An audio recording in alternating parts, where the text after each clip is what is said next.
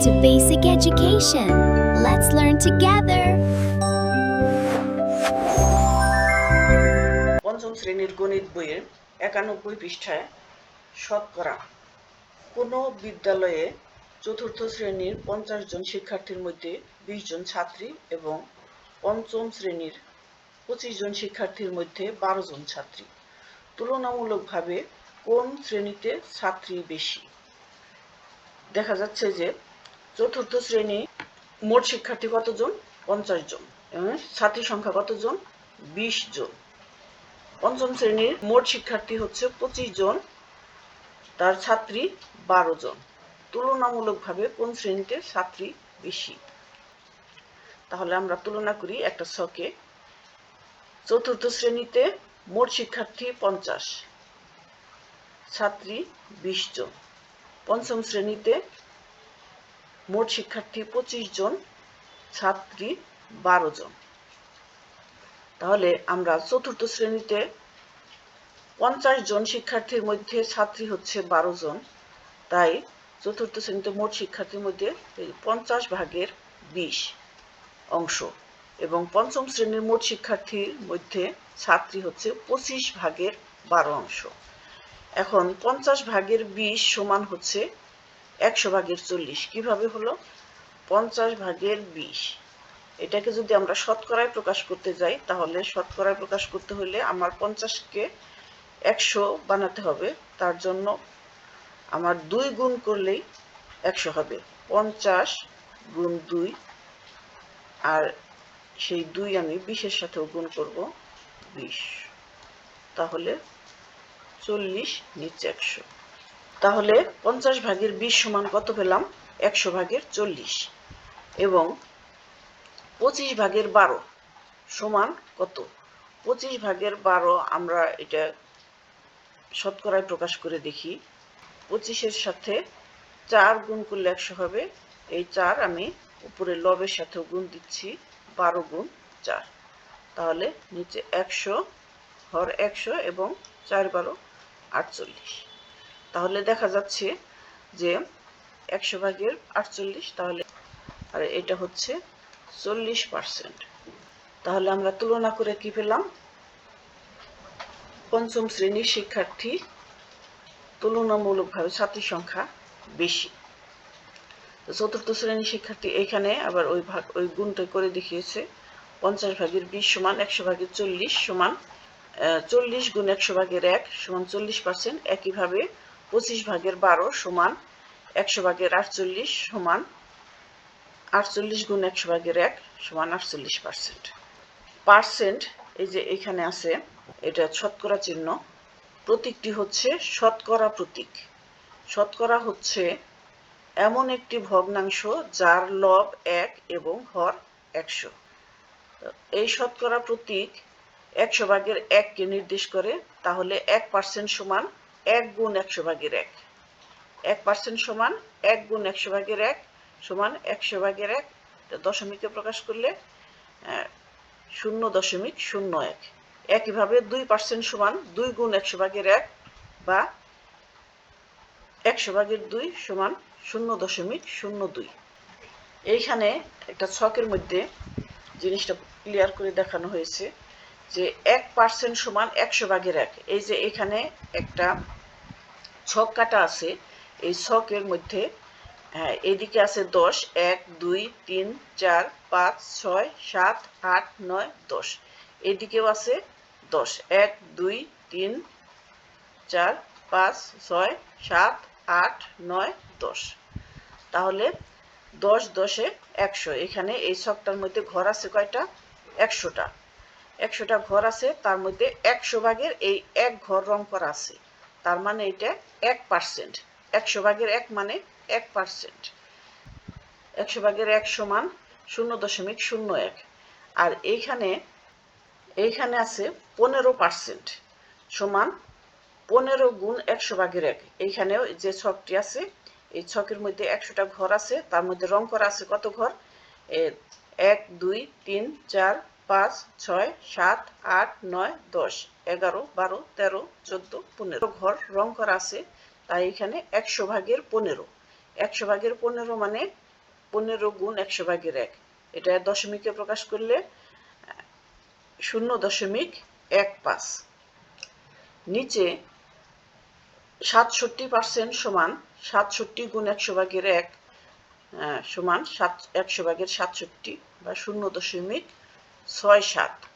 এখানে হচ্ছে 100%, কারণ এখানে এই যে ছকটি আছে এই ছকে 100টা ঘর আছে, 100/100 ঘরই রং করা আছে, তাই এটা হচ্ছে 100%। 100/100 মানে 100% বা পুরো 1। 2 নম্বরে নিচের শতকরাগুলোকে সাধারণ ও দশমিক ভগ্নাংশে প্রকাশ করি। এখানে আছে 1 নাম্বার 80%। 80% বলতে আমরা কি বুঝি? 100/80। 100/80 কে আমরা দশমিক ভগ্নাংশে প্রকাশ করলে কত পাবো? 0.80। 2 নাম্বার 74%। এটাকে আমরা লিখতে পারি 100/0.74। 3 নাম্বার 81%। এটাকে আমরা লিখতে পারি 100/81। 0.81। নিচের ভগ্নাংশগুলোকে শতকরা ব্যবহার করে প্রকাশ করি। 100/36 বলতে আমরা বুঝি 36 গুণ 100/1 সমান 36, আর এটা হলো পার্সেন্ট, তাই আমরা এইটার ক্ষেত্রে লিখতে পারি 36%। 2 নাম্বার 50/27 সমান কত? তাহলে পার্সেন্ট সমান যেহেতু 100/, তাহলে 50কে কত দ্বারা গুণ করলে 100 হবে? 2 দ্বারা। তাহলে এই 2 আমি 27-এর সাথেও গুণ করব। কত হলো? 100/54। তাহলে এটা আমরা লিখতে পারবো 100/54, তার মানে 54%। 3 নাম্বার 20/26। 20/26 এইটাকে আমরা 100/, কত দেখব? 20কে 5 দ্বারা গুণ দিলে 100 হয়। 20 গুণ 5 আর 26 গুণ 5, তাহলে কত হলো? নিচে 100 হর আর 26-রে 5 দ্বারা গুণ করলে 5 6 30, হাতে 3, 5 2 10 আর 3 13। তাহলে 130 সমান কত? 130%। আমরা এখানে লিখে দেব 130%। 4 নাম্বার 10/3। 10/3 কে আমরা কিভাবে লিখব? এটা 10/3 কত গুণ দিলে হর আমরা 100 পাবো? 10-এর সাথে 10 গুণ দিলে হর 100 পাবো। তাহলে 3-এর সাথেও আমরা 10 গুণ দিলাম, কত হলো? 100/30। তাহলে এটা হলো 30%। এখন একটা অঙ্ক। কোন বিদ্যালয়ের 5ম শ্রেণীতে মোট 50 জন শিক্ষার্থীর 42% ছাত্রী। মোট শিক্ষার্থী কতজন? 50 জন। কত পার্সেন্ট ছাত্রী? 42% ছাত্রী। ওই শ্রেণীতে মোট কতজন ছাত্রী? ছাত্রী সংখ্যা বের করতে হবে, তাই আমি ছাত্রী সংখ্যা প্রথম লাইনে ডান দিকে রাখবো। অঙ্কটা ঐকিক নিয়মে করতে হবে। তাহলে 100 জন শিক্ষার্থীর মধ্যে ছাত্রী সংখ্যা 42 জন। একজন শিক্ষার্থীর মধ্যে ছাত্রী সংখ্যা কত? তাহলে আমার ভাগ করতে হবে, 42কে 100 দ্বারা ভাগ করতে হবে। এই 100টা এখানে বাম পাশে 100টা নিচে চলে আসলো, আর উপরে যে ডান পাশের 42 এটা উপরে। এবং 50 জন শিক্ষার্থী, এই যে 50 আছে এখানে, 50 জন শিক্ষার্থীর মধ্যে ছাত্রী কতজন? তাহলে এটা হচ্ছে 42, এটা 100। এই যে 50 এখানে গুণ করে দিলাম। 100কে 50 দ্বারা ভাগ করলে কত হয়? 2, উপরে 100। এই 2 দিয়ে আমি 42কে ভাগ করলাম 21 দ্বিগুণে 42, তাহলে কত পেলাম? 21 জন। ওই শ্রেণীতে মোট ছাত্রী সংখ্যা হচ্ছে 21 জন। সখীপুর গ্রামের মোট জনসংখ্যা 1280 জন। তার মধ্যে 80% লোক কৃষিজীবী। মোট জনসংখ্যা কত? 1280 জন। তাদের মধ্যে কৃষিজীবী কত পার্সেন্ট? 80%। তাহলে ক নাম্বার প্রশ্ন, কৃষিজীবী লোকের সংখ্যা নির্ণয় করি। এখন ক নাম্বার উত্তর, কৃষিজীবী লোকের সংখ্যা 80%। 80% হলো 100 ভাগের 80। তাহলে 1280 এর 100 ভাগের 80 কত হলো? তাহলে 100 ভাগের 80 তার সাথে 1280। আমরা 80-কে 20 দ্বারা ভাগ করতে পারি। 4 20 80। 100-কে 20 দ্বারা ভাগ করলে 5 20 100। এখন এই 5 দিয়ে আমরা 1280-কে ভাগ করব। 5 দ্বিগুণে 10, রইল 2, হচ্ছে 28, 5 5 25, রইল 3, 5 6 30। তাহলে কত পেলাম? 4 গুণ 256। এখন এই দুইটাকে গুণ করে দেই। 4 4 6 24-এর 4, হাতে রইল 2, 4 5 20 আর 2-এ 22, হাতে 2, 4 দ্বিগুণে 8 আর 2-এ 10। কতজন? কৃষিজীবী লোকের সংখ্যা 1024 জন। কৃষিজীবী লোকের সংখ্যা 1024 জন। খ নাম্বার, কৃষিজীবী নয় এমন লোকের সংখ্যা নির্ণয় করি। কৃষিজীবী নয় এমন লোক, মোট লোক সংখ্যা কত? 1280। মোট লোকের সংখ্যা 1280 জন। কৃষিজীবী লোকের সংখ্যা 1024 জন। কৃষিজীবী নয় এমন লোকের সংখ্যা 1280 বিয়োগ 1024। তাহলে 6, 8 থেকে 3 বাদ দিলে 5, 256 জন। পঞ্চম শ্রেণীর গণিত বই 94 পৃষ্ঠায় আছে, একটি বাগানে মোট 30টি গাছের মধ্যে 12টি ঔষধি গাছ আছে। তাহলে বাগানে শতকরা কতটি ঔষধি গাছ আছে? সমাধান। বাগানে মোট গাছের সংখ্যা কত? 30টি। তার মধ্যে ঔষধি গাছ আছে কতটি? 12টি। তাহলে 30টি গাছের মধ্যে ঔষধি গাছ 12টি। সুতরাং একটি গাছের মধ্যে ঔষধি গাছ 30 ভাগের 12। এটা ভাগ হবে, আমরা এই মাঝখানে এই দাগটা দিয়ে ভাগ চিহ্ন বোঝাই। 100টি গাছের মধ্যে ঔষধি গাছ 30, 12 গুণ 100। 6 দিয়ে ভাগ করি। 6 দ্বিগুণে 12, 5 6 30। এই 5 দিয়ে 100-কে ভাগ করলে 5 20-এ 100 সমান 40টি। তাহলে উত্তর শতকরা 40টি। এরপরে 4 নাম্বার, খালি ঘর পূরণ করি।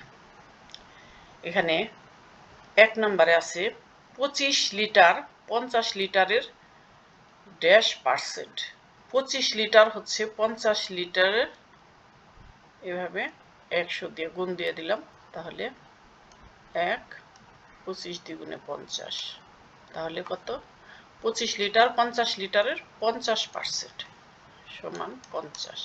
120 কিলোগ্রামের 20% হলো ড্যাশ কিলোগ্রাম। তাহলে 120 গুণ 100 ভাগে 20% মানে 100 ভাগের 20। এই শূন্য কাটা দিয়ে দিলাম, এই শূন্য কাটা দিয়ে দিলাম। কত হলো? 12 দ্বিগুণে 24। তাহলে 24 কিলোগ্রাম। এরপরে 3 নাম্বার, 16 জন লোক হলো ড্যাশ জন লোকের 32%। 16 জন লোক 100 ভাগের, বা খালি ঘর সমান 16 গুণ 32 আসলো নিচে, 100 উপরে। তাহলে 16 দিয়ে 32-কে ভাগ করলে 2, 2 দিয়ে 100-কে ভাগ করলে 50, 2 1 2। তাহলে হইল কত? 50। পেলাম কত? 50 জন লোকের 32%। ফুলকুড়ি গ্রামের গত বছর জনসংখ্যা ছিল 2800 জন। এবছর জনসংখ্যা 3% বৃদ্ধি পেলে বর্তমান জনসংখ্যা কত? সমাধান। কত পার্সেন্ট বৃদ্ধি পেয়েছে? 3%। তাহলে 100 জনে বৃদ্ধি পেয়েছে 3 জন, তাহলে 2800 জনে কতজন বৃদ্ধি পেয়েছে সেটা আমরা বের করব। 100 জনে বৃদ্ধি পেয়েছে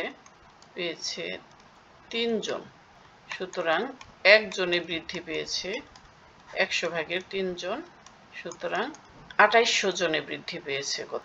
103 গুণ 2800।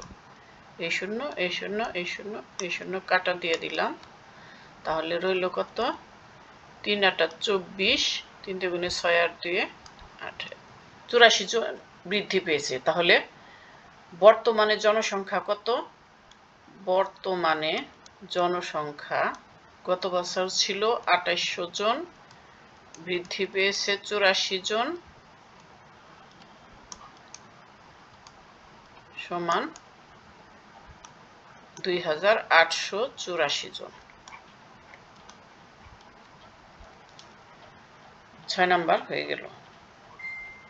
এরপরে 7 নাম্বার। দুইটি শহরের জনসংখ্যা যথাক্রমে 45,680 জন ও 52,520 জন। একটি শুমারিতে দেখা গেল দুইটি শহরের স্বাক্ষর মানুষের সংখ্যা যথাক্রমে 34,250 ও 36,764 জন। শতকরা হিসাবে কোন শহরে স্বাক্ষর মানুষের সংখ্যা বেশি? তাহলে প্রথম শহরের ক্ষেত্রে কি? প্রথম শহরের ক্ষেত্রে 45,680 জনের মধ্যে স্বাক্ষর মানুষ 34,260 জন। সুতরাং একজনের মধ্যে স্বাক্ষর মানুষ ভাগ করে দিব আমরা 45,680, এইটা দিয়া উপরে 34,260 এটা ভাগ হবে। তাহলে 100 জনের মধ্যে স্বাক্ষর মানুষ কতজন? 45,680 34,260 গুণ 100। তাহলে এটা একটা বড় সংখ্যা, আমি এই শূন্য বাতিল করে দিলাম। তাহলে আমরা সরাসরি এটাকে ভাগ করব। 45,68 এই সংখ্যাটা দিয়ে ভাগ করব। উপরে কত আছে? একটা শূন্য তো বাদ গিয়েছে, এখন আছে কত? 34,26। তাহলে ভাগ করে দিব 45,68 দিয়ে, এখানে 34,26, তার সাথে দুইটা শূন্য দিয়ে দিলাম। এখন ভাগ করলে 7 বাদ দিব, 7 8 56, 6 হাতে রইল 5, 6 7 42 আর 5 47, হাতে 4, 5 7 35 আর 4 39, হাতে 3, 4 7 28 আর 3 31। বিয়োগ করে দিলে কত হয়?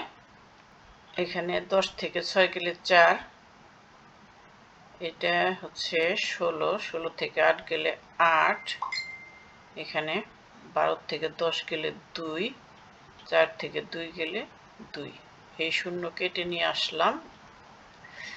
তারপরে যায় 5 বার, 5 8 40, 5 8 40, 5 6 30 আর হাতের 4 34, 5 5 25 আর 3 28, 4 5 20 আর 2 22, তাহলে 75 জন। তাহলে প্রথম শহরে স্বাক্ষর মানুষ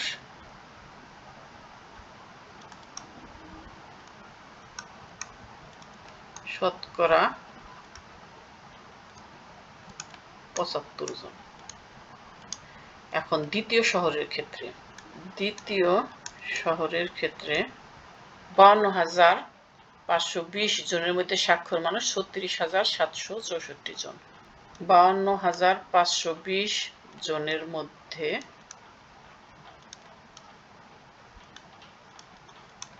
স্বাক্ষর মানুষ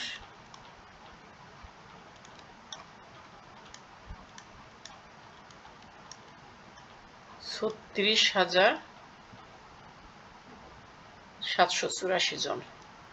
একজনের মধ্যে স্বাক্ষর মানুষ তাহলে 52,520 36,784 জন।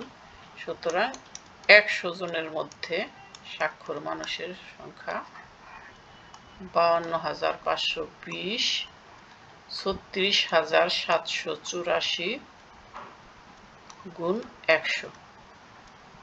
তাহলে এই শূন্য আর এই শূন্য কেটে দিলাম, রইল এখানে 5252, আর উপরের এই পাশে রইল 36, 5 7 35, আর একে 36, হাতে রইল 3, 7 দুগুণে 14 আর 3 7 17, হাতে রইল 1, 5 7 35, একে 36,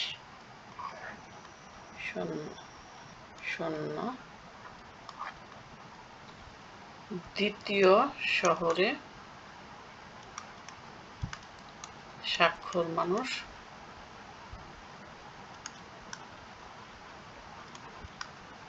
শতকরা 70 জন। এখন আমার প্রশ্ন হচ্ছে যে শতকরা হিসাবে কোন শহরে স্বাক্ষর মানুষের সংখ্যা বেশি? তাহলে শতকরা হিসাবে 75, প্রথম শহরে 75 জন, দ্বিতীয় শহরে 70 জন। 75 জন 70 জনের থেকে বড়, তাই প্রথম শহরে স্বাক্ষর মানুষের সংখ্যা বেশি।